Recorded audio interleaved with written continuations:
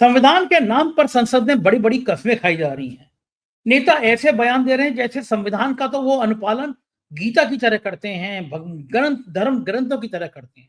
संविधान के खिलाफ कोई जाते नहीं है। हकीकत में यह है कि भारत में भारत की सरकार ने संविधान की जितनी हत्या की है उतनी शायद पहले कभी नहीं की गई।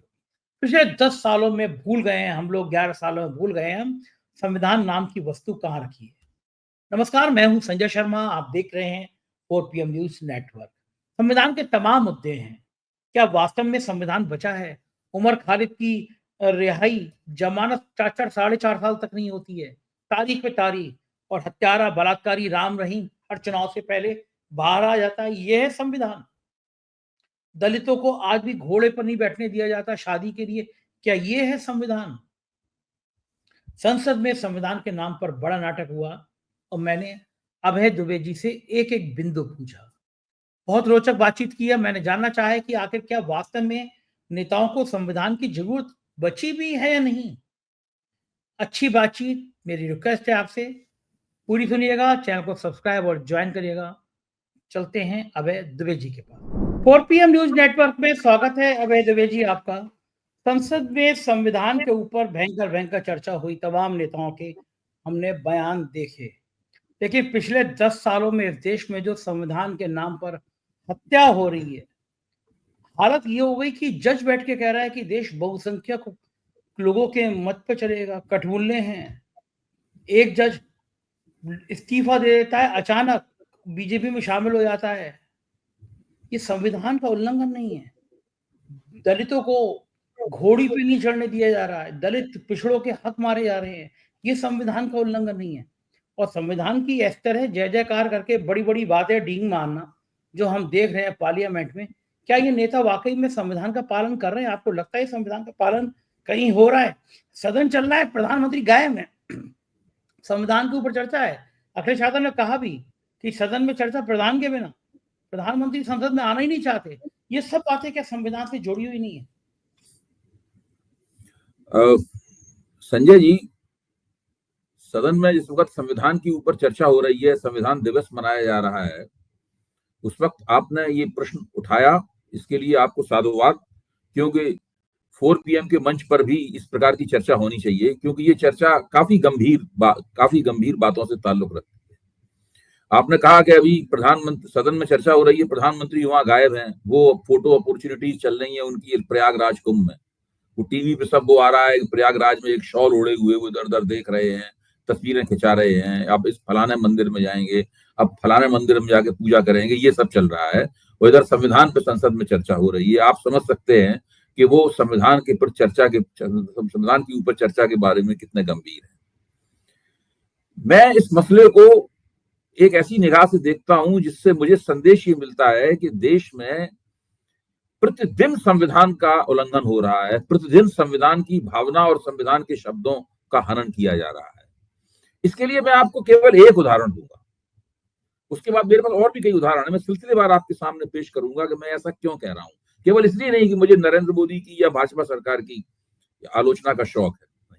देखिए, कांग्रेस ने 1975 में इमरजेंसी लगाई और संविधान की ही एक धारा का इस्तेमाल करके इमरजेंसी लगाई गई। वो संविधान का इस्तेमाल करके ही संविधान की भावना का सबसे बड़ा उल्लंघन था। यानी संविधान में जो एक शब्द लिखा हुआ है, संविधान में जो लिखा हुआ है, उसके आधार पर उसकी भावना का हनन किया गया उसमें। मैं खुद इमरजेंसी का भुक्तभोगी हूं। मुझे और मेरे पिता दोनों को जेल में डाला गया। मेरी उम्र बहुत कम थी। मुझे BA Part 1 का इम्तिहान भी जेल की बैरक से देना पड़ा। तो मैं मुझसे ज्यादा इस मामले को कोई नहीं जानता। और कांग्रेस को उस बात की सजा भी मिली। कांग्रेस सत्ता से बाहर हो गई और दोबारा सत्ता में फिर आ गई 1980 में। लेकिन कांग्रेस का पतन तभी से शुरू हो गया था और बहुत मुश्किल से कांग्रेस पिछले चुनाव में आके 2024 में फिर दोबारा संभली है। भारतीय जनता पार्टी भी उसी रास्ते पर चल रही है। लेकिन इसमें फर्क यह है कि जहां कांग्रेस ने संविधान की एक धारा का इस्तेमाल करके इमरजेंसी लगाई थी, वहां भारतीय जनता पार्टी ने नरेंद्र मोदी के नेतृत्व में एक नई पॉलिटिकल टेक्नोलॉजी डेवलप की है कि संविधान में हम कोई संशोधन नहीं करेंगे, संविधान की किसी धारा का इस्तेमाल नहीं करेंगे, लेकिन संविधान के मुताबिक कुछ नहीं करेंगे। संविधान को धर्म ग्रंथ घोषित कर देंगे, उसको धर्म ग्रंथ की तरह रखेंगे, सामने धूप बत्तियां जलाएंगे, उसके इर्द गिर्द ढोल मजीरे लेके नाचेंगे, पूरा भजन कीर्तन होगा, यज्ञ आदि का समारोह भी होगा और संविधान की विरुद्धावली गाई जाएगी, जय जयकार की जाएगी। लेकिन संविधान का जो बुनियाद, संविधान ने हमारे लोकतंत्र को जो बुनियादी ढांचा दिया है, उसका हम पूरी तरीके से उल्लंघन करेंगे। उसका सबसे बड़ा उदाहरण क्या है? आप मानते होंगे कि संघवाद हमारे लोकतंत्र का एक बुनियादी ढांचा है। भारतीय राज्य का एक बुनियादी उसूल है संघवाद, फेडरलिज्म। ये संविधान ने दिया है हमें ना। भाजपा का कोई भी नेता, कोई भी कार्यकर्ता, प्रधानमंत्री समेत संघवाद का विरोध नहीं करता। प्रधानमंत्री ने तो संघवाद, ये दिखाने के लिए कि वो संघवाद के कितने शहदाई हैं, कितने प्रशंसक हैं, उन्होंने कोऑपरेटिव फेडरलिज्म नाम का एक फिक्रा ही गढ़ दिया, सहकारी संघवाद नाम का फिक्रा गढ़ दिया। लेकिन असल में क्या हो रहा है आप ये देखिए। 10 साल से एक नारा दिया जा रहा है राजनीति में, जिसका नाम है डबल इंजन की सरकार। दिन रात ये नारा दिया जाता है, हर चुनाव अभियान में नारा दिया जाता है। मुख्यमंत्री जो भाजपा के होते हैं वो गर्व के साथ कहते हैं कि हम डबल इंजन की सरकार है। इस नारे का क्या मतलब है? इस नारे का मतलब यह है कि अगर किसी राज्य के मतदाताओं ने भारतीय जनता पार्टी की सरकार नहीं चुनी तो वो एक ही इंजन की सरकार होगी, फिर जो केंद्र सरकार का इंजन है वो इस इंजन को सपोर्ट नहीं करेगा। इसलिए अगर आपको केंद्र सरकार का सहयोग चाहिए तो आप डबल इंजन की सरकार बनाइए, भाजपा की ही सरकार बनाइए आप। जबकि संविधान ये कहता है कि हर राज्य सरकार डबल इंजन की सरकार ही होनी चाहिए, वो किसी भी पार्टी की क्यों ना हो। अब ये अच्छा, जो मतदाता भारतीय जनता पार्टी की सरकार चुनने से इनकार कर देता है, केंद्र सरकार फिर उसको दंडित करने की मुहिम पे निकलती है। दंडित करने की एक टेक्नोलॉजी है। एक राजभवन होता है हर राज्य की राजधानी में, वहां राज्यपाल साहब बैठे होते हैं, इनको केंद्र सरकार नियुक्त करती है। वो राज्यपाल केंद्र सरकार के कहने पर विपक्ष के मुख्यमंत्री के खिलाफ एक समांतर सरकार चलानी शुरू कर देते हैं। जो राज्यपाल जितनी खूबी से और जोरदारी के साथ ये काम करता है उसको बाद में उतना ही पुरस्कृत किया जाता है। जगदीप धनखड़ साहब इसके सबसे बड़े सबूत हैं। और इस प्रकार के व्यक्ति कहां से कहां पहुंचते हैं। आज विपक्ष को जगदीप धनखड़ के खिलाफ अविश्वास प्रस्ताव लाना पड़ रहा है। आप कल्पना कीजिए, अगर पश्चिम बंगाल विधानसभा में जगदीप धनखड़ के खिलाफ राज्यपाल के तौर पर पश्चिम बंगाल विधानसभा अविश्वास का प्रस्ताव पास कर देती तो क्या होता। और वो कर सकती थी, अविश्वास का प्रस्ताव पास कर सकती थी, क्योंकि बहुत जबरदस्त बहुमत था ममता बनर्जी के पास। ये स्थिति है। तो अब आप देखिए, ये पूरी तरह संविधान का जमकर उल्लंघन हो रहा है। दूसरा, इस टेक्नोलॉजी का एक और पहलू है कि संविधान के कुछ प्रावधानों में चालाकी पूर्वक कुछ इस तरह के संशोधन किए जाएं ताकि आप उनका अपनी राजनीतिक गोटी लाल करने में इस्तेमाल कर सकें। इसका सबसे बड़ा उदाहरण है पीएमएलए कानून। जो पीएमएलए कानून बना था, हम सब जानते हैं, पहले भी इस बात पे चर्चा कर चुके हैं कि वो मनी लॉन्ड्रर्स के खिलाफ बना था, वो नशे की तिजारत करने वालों के खिलाफ बना था। लेकिन उसमें एक जो दफा 45 थी, जिससे उस कानून में गिरफ्तार किसी व्यक्ति का जमानत पाना तकरीबन असंभव हो गया था। सुप्रीम कोर्ट ने उसका गैर संवैधानिक घोषित कर दिया, लेकिन केंद्र सरकार उसको मनी बिल के जरिए पिछले दरवाजे से ले आई और देखते देखते उसको विपक्ष के खिलाफ इस्तेमाल किया जाने लगा। अब देखिए, केंद्र सरकार कहती है हम तो कुछ नहीं कर रहे, हम तो सब संविधान और कानून के मुताबिक कर रहे हैं। जो गिरफ्तारी हुई है वो कानून के मुताबिक है, जो जमानत नहीं मिल रही है वो भी कानून के मुताबिक है। सालों साल विपक्षी नेता जेलों में पड़े हुए सड़ते रहे। अगर सुप्रीम कोर्ट ने हस्तक्षेप नहीं किया होता और कहा नहीं होता कि ये निजता के उल्लंघन और व्यक्तिगत स्वतंत्रता के अधिकार का उल्लंघन है ये कानून, और इसकी दफा 45 जो है, तो अभी भी सारे विपक्षी नेता हेमंत सोरेन समेत सारे जेल में पड़े हुए सड़ रहे होते। अच्छा, ये सारे के सारे आप देख सकते हैं कि ये संविधान के सीधे सीधे उल्लंघन है। अच्छा, अब ये बहुत अफसोस की बात है, मैं संसद में हो रही कार्रवाई सुन रहा था। विपक्ष के नेता भी इन प्रश्नों को इस तरीके से नहीं देखते जिस तरीके से मैं आपके सामने पेश कर रहा हूं। भाई, मैंने नहीं सुना किसी विपक्ष के नेता द्वारा कि वो डबल इंजन की सरकार की आलोचना करे। भाई, ये नारा जो लगता है, सीधे सीधे विपक्ष विरोधी नारा है, विपक्ष को हराने के लिए लगाया जाता है, और साथ में इसमें धमकी निहित है कि अगर आपने विपक्ष को वोट दे दिया तो आपकी सरकार चलने नहीं दी जाएगी, केंद्र सरकार आपके साथ नहीं खड़ी। ये जो पूरी स्थिति है दिन रात। अच्छा, एक सबसे, और दूसरा से बात, हमारा संविधान भारत के अल्पसंख्यकों को कुछ विशेष अधिकार देता है, ये अमेरिका का संविधान नहीं देता, ये ब्रिटेन का संविधान नहीं देता। सांस्कृतिक और सामुदायिक अधिकार देता है। ये भारत का संविधान अल्पसंख्यकों को सांस्कृतिक और सामुदायिक अधिकार देता है, जिससे उन्हें अपने सामुदायिक और सांस्कृतिक जीवन को ठीक से चलाने की इजाजत मिलती है और बहुसंख्यकों के दबाव में वो नहीं आते। लेकिन आज क्या हो रहा है, आज भारत का जो अल्पसंख्यक एक कोने में पड़ा हुआ अपने आप को सिकुड़ा हुआ पाता है, वो डरा हुआ पाता है। उसके बुद्धिजीवियों के बीच में चर्चा ही चल रही है कि मुसलमान क्या करे।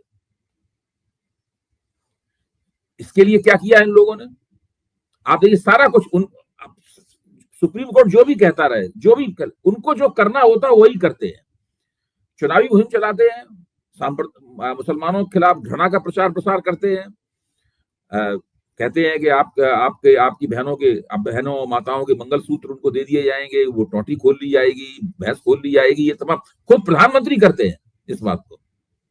तो ये जो पूरी प्रक्रियाएं चलती हैं इसमें, और उस टेक्नोलॉजी का एक बहुत बड़ा पक्ष ये है, सुप्रीम कोर्ट कुछ भी कहता रहे, संविधान में कुछ भी लिखा जाता रहे, हमें जो मन में आएगा हम वही करेंगे।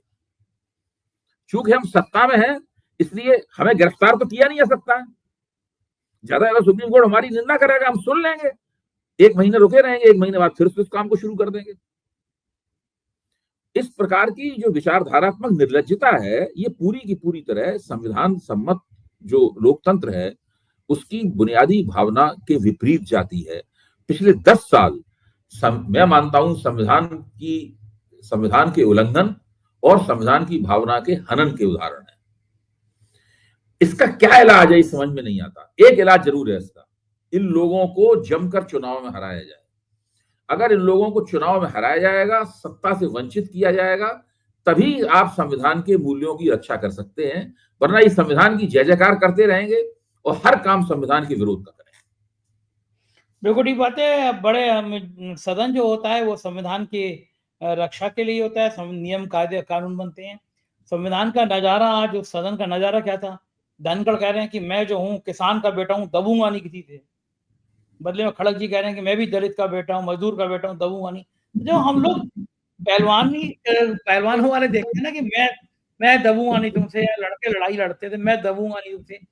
ये कभी आपने कल्पना करी थी? संविधान के भाषण तो हो रहे हैं, लेकिन हाउस में खड़गे जैसे नेता को जब वो बोल रहे होते हैं, माइक एक बार भी फोकस नहीं हटता है। केवल माइक जो है सीधा सीधा धनखड़ जी के अलावा दाएं बाएं कहीं जाता ही नहीं है कि धनखड़ जी बोलेंगे। खड़गे जी इतने सीनियर है, बोल रहे थे कुछ नहीं। और ये जो भाषा थी आज धनखड़ जी की, मैं किसान का बेटा हूँ, दबूंगा नहीं, और ऐसे गुस्से में लाल पीले हो रहे थे, मुझे लगा इनकी तबीयत ना बिगड़ जाए, ये ब्लड प्रेशर वेशर मरीज हो, भगवान ना करे इनके तो कुछ। नहीं, नेताओं का स्वास्थ्य बहुत अच्छा होता है संजय जी। हाँ, नेताओं का उनका बीपी भी बिल्कुल सब कंट्रोल में रहता है। जिस दिन सत्ता उन्हें प्राप्त होती है उसी वक्त न शुगर होती है, न ही उनको हाइपरटेंशन होता है, कुछ नहीं होता, बिल्कुल ठीक हो जाते हैं। उनकी सारी गड़बड़ियां फिर प्रकट होती है, सत्ता छिन जाती है। कैसे रहते होंगे ये लोग इतना सत्ता में रह के, इतना मेंटेन कैसे रहते होंगे? मुझे तो एक डॉक्टर ने ये बताया है कि हर नेता अपने ऊपर सवेरे 3 घंटे खर्च करता है। अच्छा, बिल्कुल। वो 3 घंटे किसी को नहीं पता है वो कैसे खर्च होते हैं। उसमें वो तरह तरह की दवाइयां खाता है, तरह तरह के लेप लगाए जाते हैं, तरह तरह के व्यायाम करता है, तरह तरह के पेय पीता है। वो 3 घंटे हर नेता, बड़ा नेता खास तौर से अपने ऊपर खर्च करता है।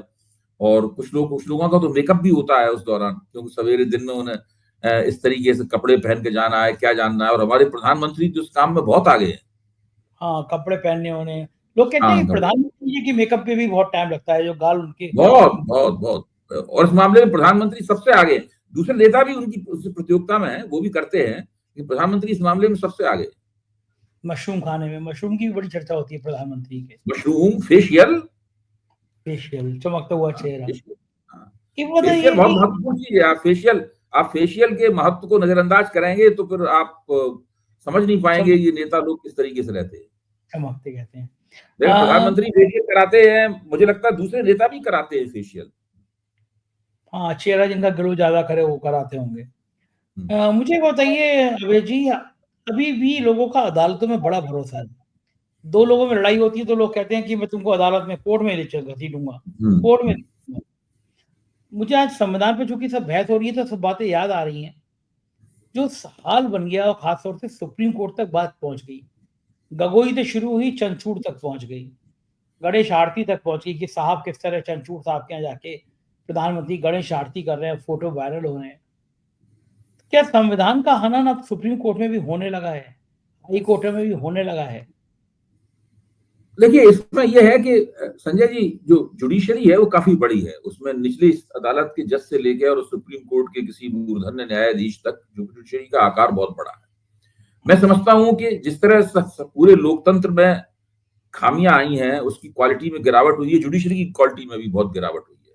लेकिन अभी भी मुझे लगता है अपनी तमाम सीमाओं के बावजूद सुप्रीम कोर्ट में अगर आप किसी मसले को ले जाएं तो आपको ये उम्मीद मैं कम से कम उम्मीद करता हूं कि वो उसको ठीक से सुनेगा, उसकी समीक्षा करेगा और हो सकता है ठीक ठाक किस्म का एक वो भी दे। अब जैसे कि इसमें गड़बड़ियां भी वहां से भी शुरू होती है, जैसे कि आपका ये पूजा स्थल सुरक्षा अधिनियम है।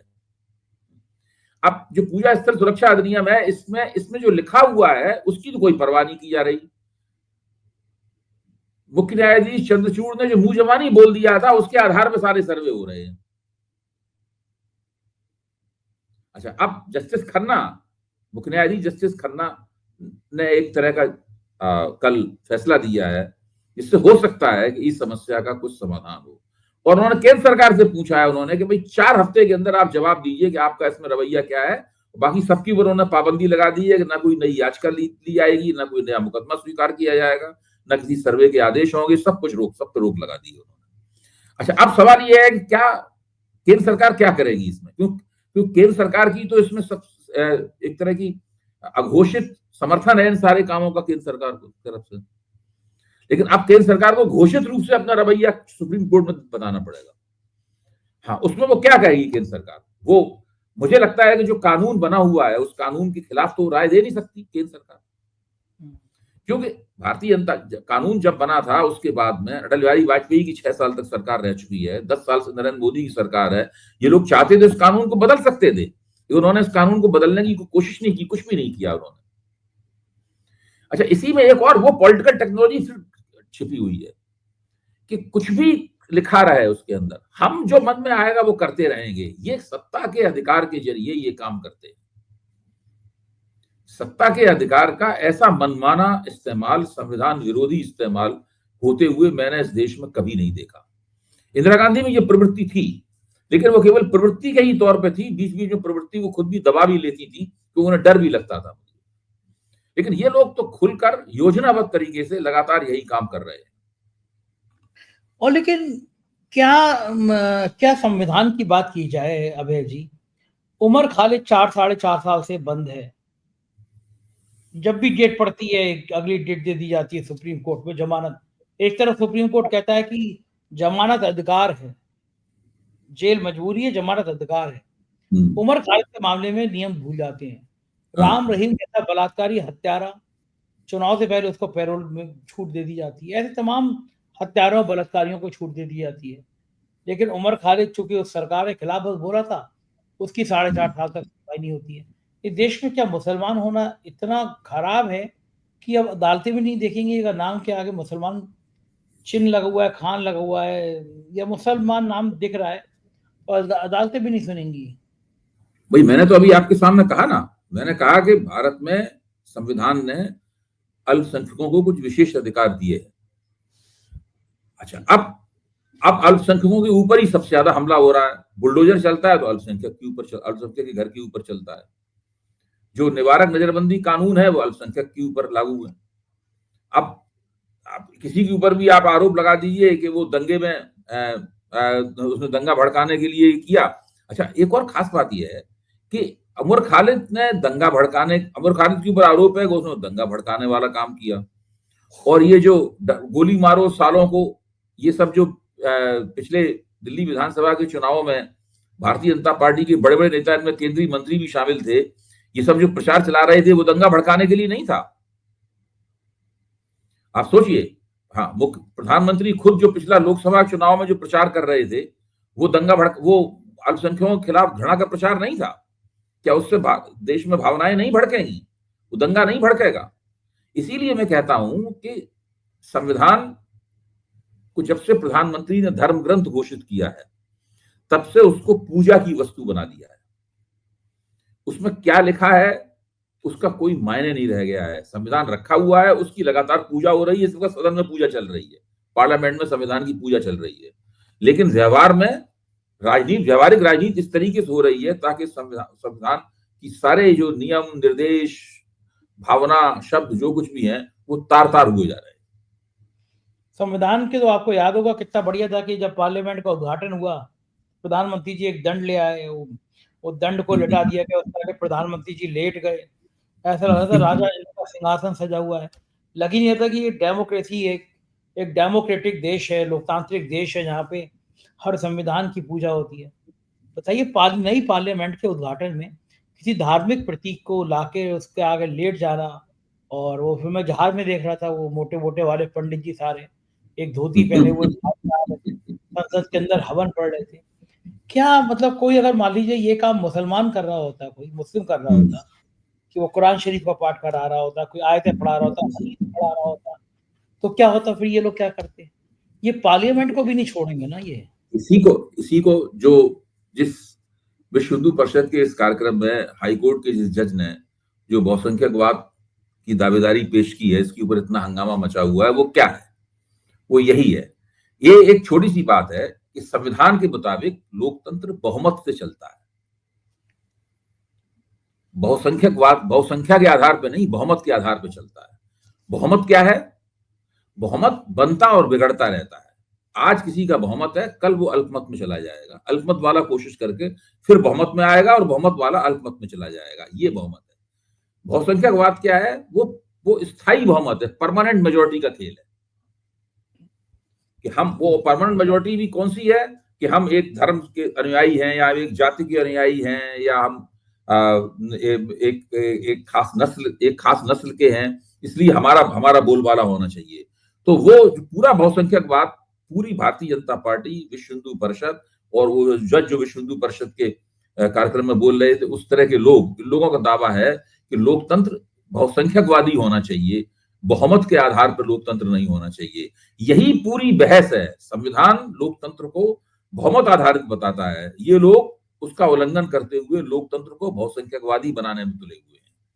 इसीलिए सारी समस्या है। सब जगह बड़े बड़े पंडित और पुजारियों को ले आते हैं, धार्मिक प्रतीकों को ले आते हैं, जो मुसलमान है उसको लगातार दंडित कर रहे हैं, उसके घर के ऊपर बुलडोजर चला रहे हैं, उसको जेल में डाले हुए हैं, उसकी तारीख पे तारीख लग रही है, उसको इंसाफ नहीं मिल रहा है और कोई वो आवाज भी नहीं उठा रहा है उसके पक्ष में। तो ऐसा कब तक चलता रहेगा? कब तक ये हिंदुस्तान इस तरह अपना, जब तक ये सत्ता में रहेंगे। सही वही बात है, हमारे गुरु थे प्रोफेसर DL शेठ, वो कहते थे कि राम भक्तों को 14 साल का वनवास दो। अब जब तक ये सत्ता से बाहर रहेंगे तो इनको बीपी और शुगर की बीमारी भी हो जाएगी, मैं आपको बताऊं। और ये सब नहीं कर पाएंगे। पार्लियामेंट में प्रियंका गांधी के भाषण की बड़ी चर्चा हुई।